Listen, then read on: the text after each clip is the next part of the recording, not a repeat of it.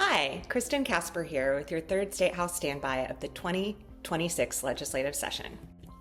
This week, we're revisiting two bills we've discussed before, Senate Bill 78 and House Bill 1423, and taking a closer look at Amendment 5 to Senate Bill 199. First up, Senate Bill 78. This away for the day or bell-to-bell cell phone policy would keep phones put away for the entire school day, from the first bell to the last. Research shows that these policies boost academic achievement, strengthen student mental health, and improve school safety. On February 4th, testimony was heard on Senate Bill 78. Several Stand Indiana advocates shared powerful stories in support of this bill. My daughter Chloe, she is a freshman. I see the distraction in her school. I know kids are posting TikToks and checking their phones during class. It's a complete distraction. Then, on February 11th, the bill passed unanimously 12-0 with amendments. One amendment adopted would allow students to bring laptops or tablets from home. We're reviewing this provision carefully as the language might affect the broader bill. We remain supportive of the legislation, however, and we are grateful for the leadership of Representatives Baining and Teshka. A full update on the bill's outcome will be shared as the session nears its end. Next, House Bill 1423. This proposal would establish an independent building and transportation authority for IPS, which is a step closer to closing the opportunity gap and ensuring reliable transportation for every student. House Bill 1423 was also heard on February 4th.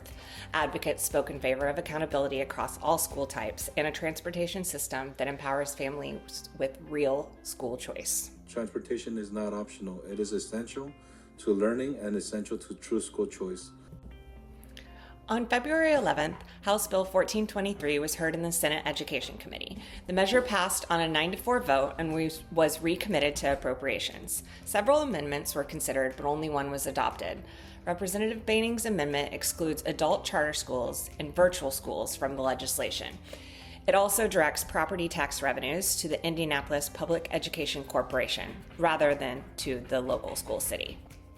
Now let's turn to Senate Bill 199, specifically Amendment 5. This amendment focuses on protecting kids from the harms of social media. It would require platforms to estimate the age of account users and obtain parental permission for anyone under 16. On February 9th, Stand Indiana Executive Director Justin Olemiller and parent advocate Dontia Dyson testified in support of this amendment. I love both of my daughters equally. One was protected from social media and the other one was not. Their experience shows me that stakes of this issue are very high, and I hope that this bill passes so no parent has to watch their child suffer for something they could have prevented, especially if their parents get a chance to provide consent. We'll continue tracking all three bills, Senate Bill 78, House Bill 1423, and Senate Bill 199, and we will keep you updated on any votes, amendments, or measures that may be carried over for future sessions. The legislature is scheduled to adjourn, or sine die, on February 24th. Be sure to follow us on social media for real-time updates. You can find Stand for Children Indiana on Facebook, X, YouTube, Instagram, and TikTok.